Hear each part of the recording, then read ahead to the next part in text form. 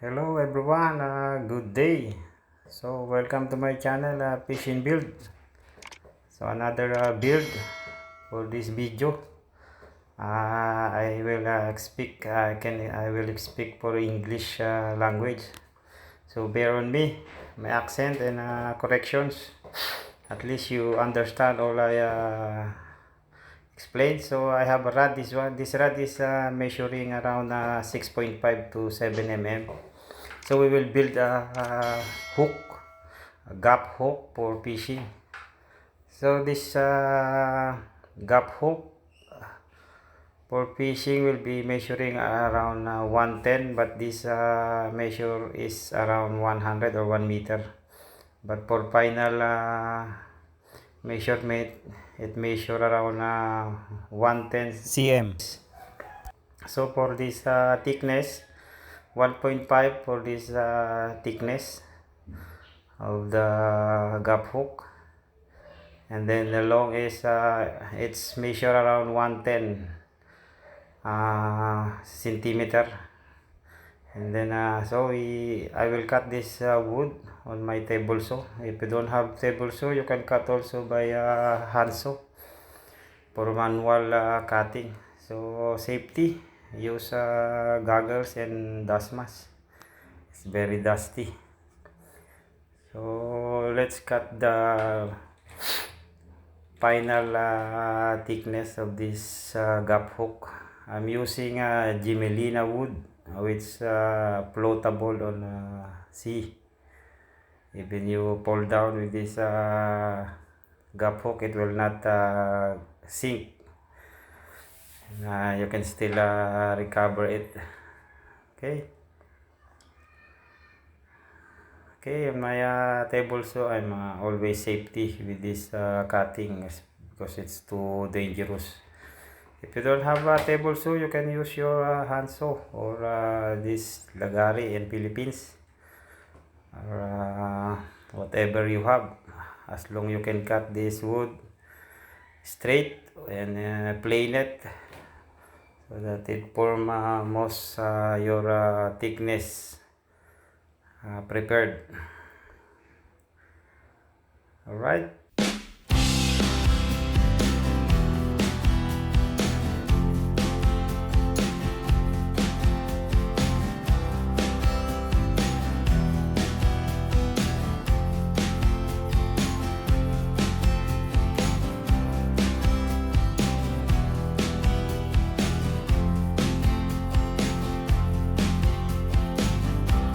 Okay, that's the final thickness of this gap hook or ganso in Philippines.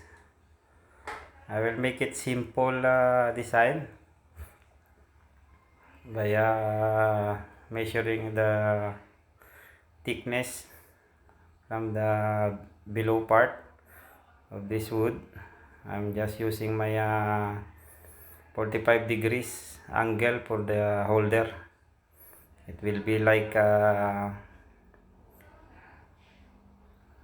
will show you later on, so after my drawing.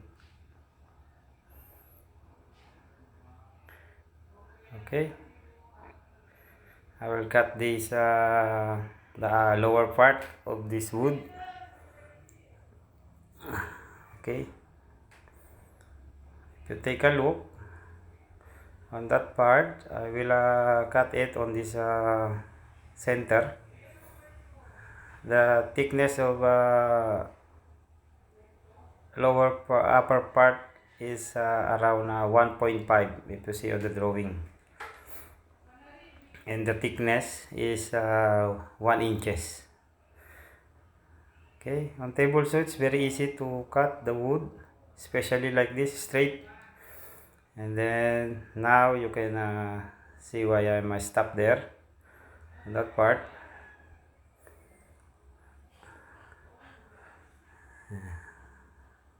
Okay, that's the part I'll stop so that I can cut the small part on that area.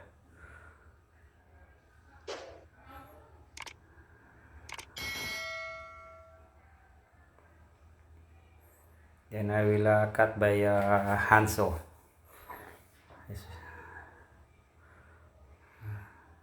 to form this holder, the holding part of this gap hook.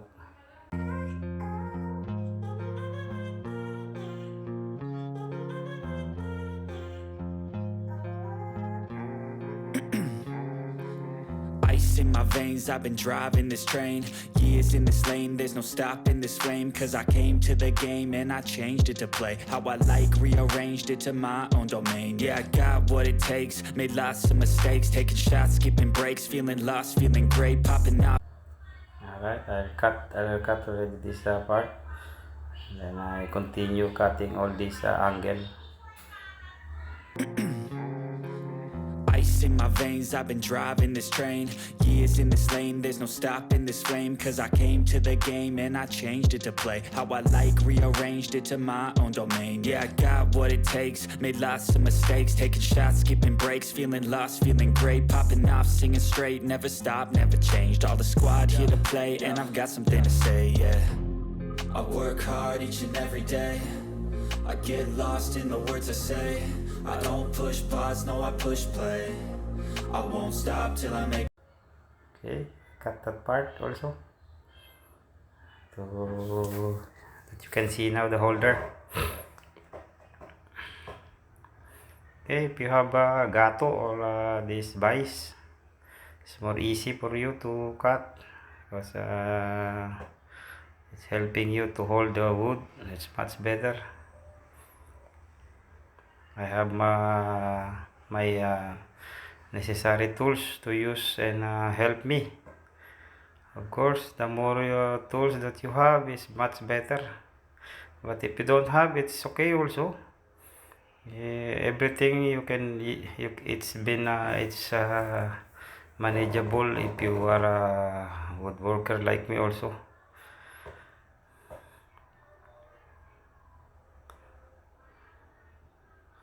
Alright, that's the form now in of the gap hook. So I will round the edge of this wood. I have this router to much more easy to rounded the edges of this wood so that it more looks nice and more presentable, this gap hook. Okay, if you have that tools, it's much better, and then it's more easy to use for you and to build something like this. I hope you understand my English.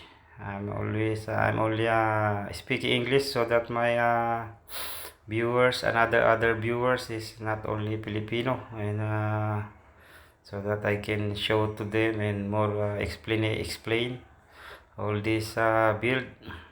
Okay, see that one? I rounded all the edges of the gap hook wood type. Okay, press from this bending. Now I'm going to bend the hook now of this stainless. This stainless is quite thick. It's around almost 7 mm. And then now I will grind first the tip so that it will be sharp and pointed. Then before I bend it, it's ready already. Okay, now we will round it like this. I'm using pipe. If you see the pipe, any pipe you can use for bending. Only the part there is it is quite hard, but it's more easy for you to bend round if you have a guide like this. On the I will guide it on the pipe so that it's more easy. Okay, I got hard to bend that one, but it's manageable, easy only. And then it will it's more nice form if you round it by without this pipe. Okay, if you use you can use also a pipe, easy small pipe or whatever pipe you have that can help you. Just easy. it will be rounded later on. See that one? Easy only. And then I use my clamps to help me to hold this rod. If you can see that one, just easy. You will form it more nicely rounded, so that it's very nice looks also, of course. If it's rounded better like that, it's much more nice looking and decent. Okay, I hope you understand me. I hope disclaimer to all the maker also. I'm just only I speak to explain this build on English language, so it's more helpful to the other viewers. Okay, that's it. Now I'm this is the most important on this part. On this part, I on the other ganso or gap hook in Philippines, you can see only it's tied by wire or nylon. Mostly part of this gap hook is too hard. It's more easy to attach this hook, but for me I put one small rod on the end.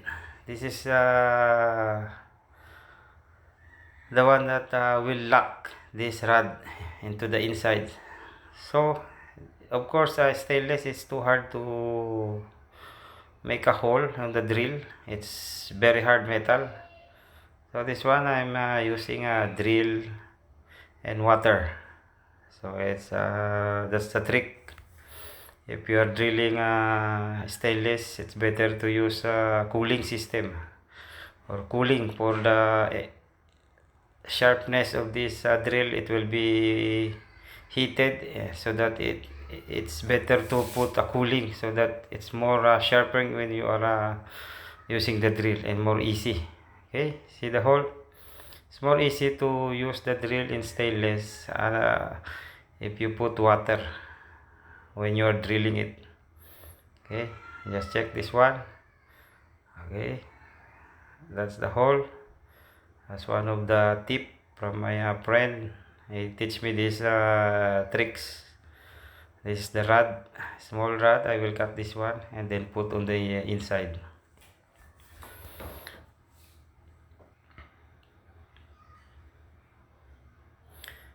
Now the insert of this rod now, this hook rod. Now it's measuring now 110. The initial measurement was 1 meter. It's around 100 centimeter. Now it's because of the length of my rod, I extend for 10 cm. That's why final length is 110 cm. It depends to you. It depends on you how long. But this hook was my request by my friend. So shout out for my co-angler friends and everything that inviting me all the time on his fishing spot. Master Lianon Fishing Adventure. So it's the one, the area that I'm always coming to his when he invite me to his spot, jigging area, his jigging spot in Palawan, Philippines. Okay, I drill a hole less of diameter of this rod. It's the more pitted, so that I force pit this rod into this wood. Okay. I only this center of this wood, just eyeing only. As long as it's straight and going through, it will be fine. Okay, If you see on the video, it's more easy for you to hold. If you have a holder like that, it's much more easy to help you. Okay, and then hold the center part. That's the part, the pin of this rod that are going to lock this hook. Okay.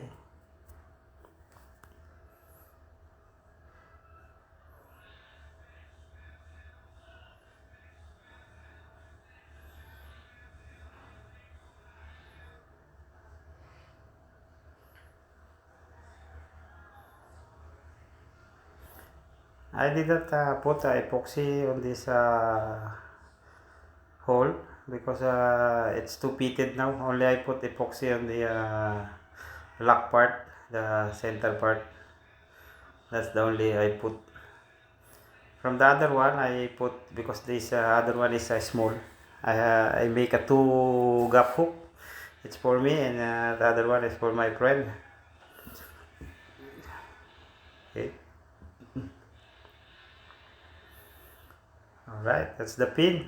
That's the pin that will be locked on this rod, and it be gonna be durable and it will not come out, and more easy. Not putting tie on this middle part. No need to put a tie or a nylon or a wire tire. It's okay. It will gonna be really strong connection from this part. Okay. Hey, that's it. Epoxy and painting now. After that, okay, I put epoxy on the middle only.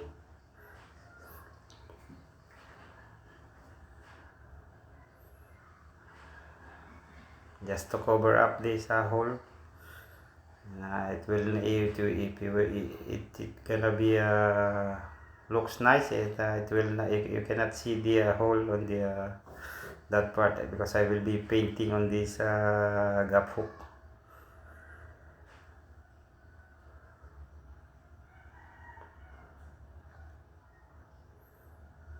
Hey, painting time. So on this painting, I don't have a epoxy primer.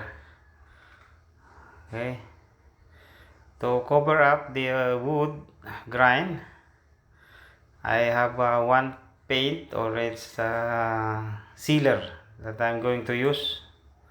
In Philippines, Boysen, this is a sanding sealer. So I will put a sanding sealer on this wood. Yeah, thick apply. It will be nice even you don't put epoxy.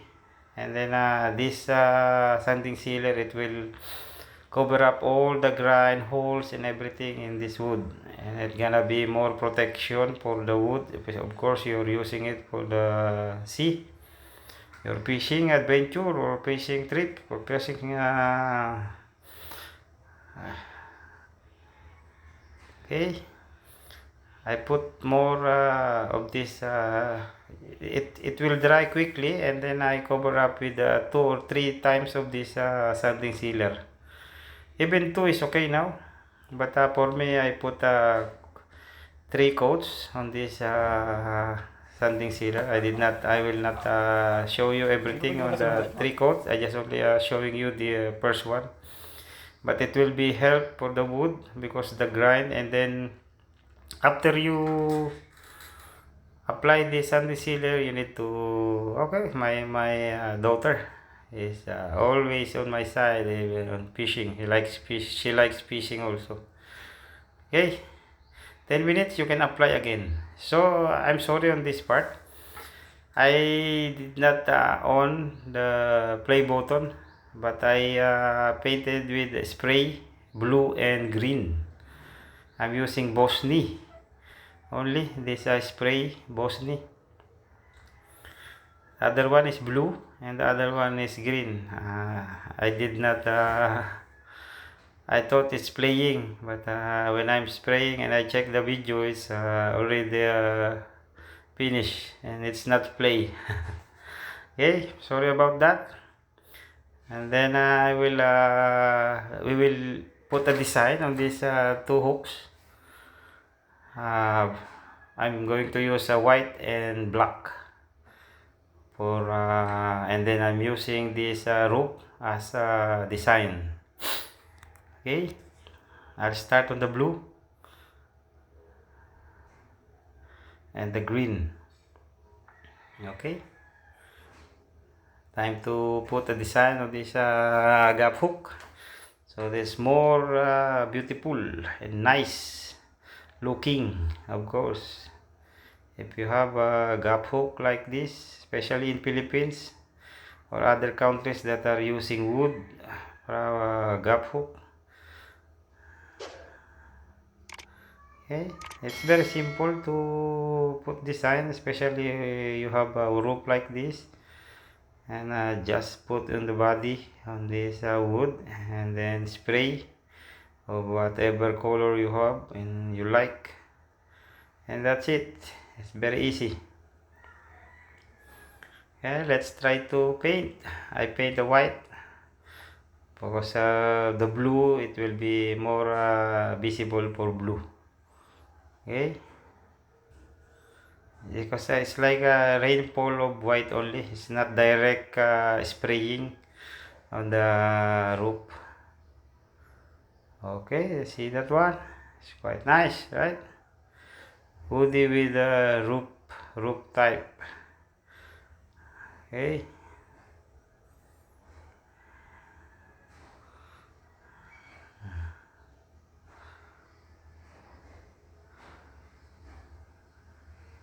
Okay.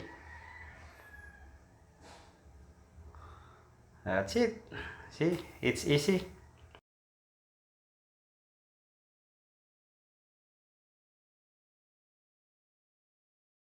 See, and then you keep dry for a little, and then you repaint again in the other side. Okay, this is the green one, the design of my this is my gap hook. The other one is for my friend, and this one is other design. See,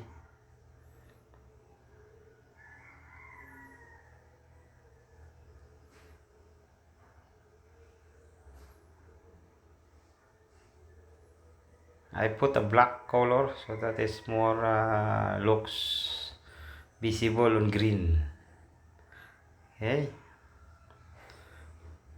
it's not direct spray, but it's like very long. It's far from the area. Okay, see, that's the design of the green. All right, and after that, yeah, we'll put a clear coat, so that is more protection also for the color. Okay, clear coat, and that's it. That's the final. It will be glossy looks after the clear coat. Okay, especially when you're spraying, use dust mask or open area, so that is more ventilated. It's of course very dangerous for our respiratory. Okay, that's it. All right. If you reach this video, small favor, if you like the video, just can you push the thumbs up button and comment, and any question if you like to ask me, I will answer it as long I'm not busy. Share to the other anglers or fishermen, so that they can see this type of gap hook or gansu. Okay, thank you very much for watching Fish and Build.